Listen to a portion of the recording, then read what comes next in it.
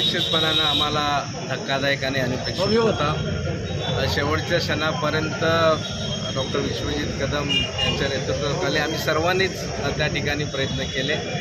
अगदी काल विशालदादांनी देखील विश्वास व्यक्त केला होता की विजयाची गुढी आज गुढीपाडव्याच्या निमित्तानं आम्ही उभा करू। म्हणजे तुम्ही ओळखू शकताय की एवढा विश्वास आम्हाला होता, परंतु आजच्या निर्णयामुळं निश्चितपणानं आम्ही नाराज आहोत, यात कोणतीही शंका नाही। आणि हा निर्णय अजूनही बदलला पाहिजे ह्याच भावना आहे। कारण शेवटपर्यंत 12 तारखेला अर्ज भरण्याचे सुरू होणार आहे, 19 तारखेला अंतिम मुदत आहे आणि आम्ही सांगतोय की बाबा हा काय पूर्णविराम नाही आहे, हा आता स्वल्पविराम आहे। आम्ही काँग्रेसच्या आमचे जे नेते आहेत विश्वजित कदम, आम्ही सर्व जिल्ह्यातले नेते एकत्र बसू, कार्यकर्त्यांच्या भावना लक्षात घेऊ आणि त्यांच्या सर्वांचे विचार विनिमय झाल्यानंतर आमच्या राज्यातल्या वरिष्ठ नेत्यांची चर्चा करून आम्ही पुढची दिशा ठरवू। विशालदादांनी एक गोष्ट ही केली आहे की आमच्यावर अन्याय नैसर्गिक आहे, स्वाभाविक आहे, कारण स्वाभिमानी काँग्रेस कार्यकर्त्याला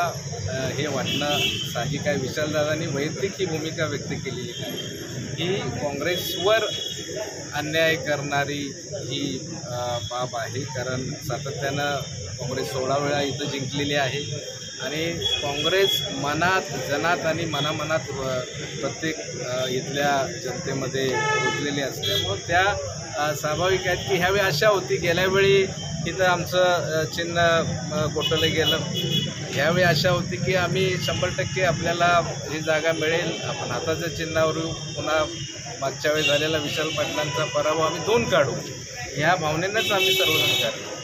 महाविकास आघाडीची आज महत्त्वाची बैठक होती, त्यामध्ये आज महत्त्वाचा निर्णय होईल असं वाटलं होतं, असं जाहीरही काल केलं होतं विशाल पाटलांनी।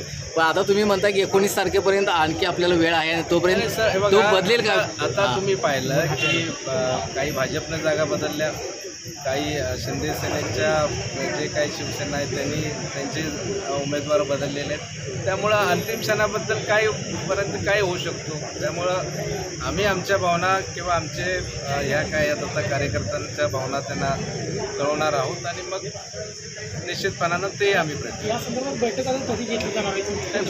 काय नाही। आता आम्ही कदाचित उद्याच प्राथमिकरित्या काँग्रेसचे नेते एकत्र बसू आणि त्यानंतर आम्ही पुढची दिशा ठरवू। कार्यकर्त्यांची आम्हाला चर्चा करावं लागेल, त्यानंतर आम्ही आमचा जो काही ह्या भावना आहे तो आमच्या राज्यातल्या नेत्यांना कळवू आणि त्यानंतर आम्ही निर्णय घेऊ।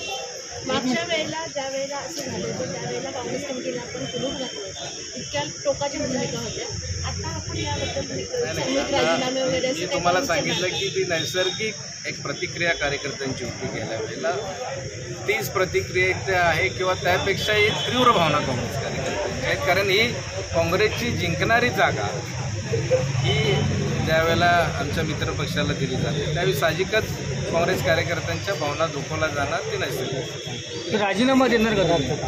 हा प्रश्न अजून कुठं शिल्लक राहत नाही आहे, कारण आम्ही या लढाईच्या दृष्टिकोनातनं त्या ठिकाणी उतरलेलो होतो। आम्हाला त्या ठिकाणी पूर्णतया आमची तयारी झालेली होती आहे। आमचा उमेदवार जो होता त्यांनी जवळपास अर्ध्यापेक्षा जास्त लोकसभा मतदारसंघ त्यांनी दौरे पूर्ण केलेले आहेत। आम्ही या ठिकाणी सांगली शहरातून मी असतील, जयश्री वहिनी असतील, आम्ही त्या ठिकाणी काम करतो। विश्वजित कदम आहेत, जिल्ह्यातलं नेतृत्व आमचं ते आहेत, आमदार विक्रम सावंत जे आमचे ग्रामीण जिल्हा अध्यक्ष आहेत, हे सर्वजण आम्ही या कामामध्ये त्या ठिकाणी आहोत आणि आम्ही निश्चितपणानं शेवटपर्यंत आणखी अगदी 19 तारखेपर्यंत याबद्दल आम्ही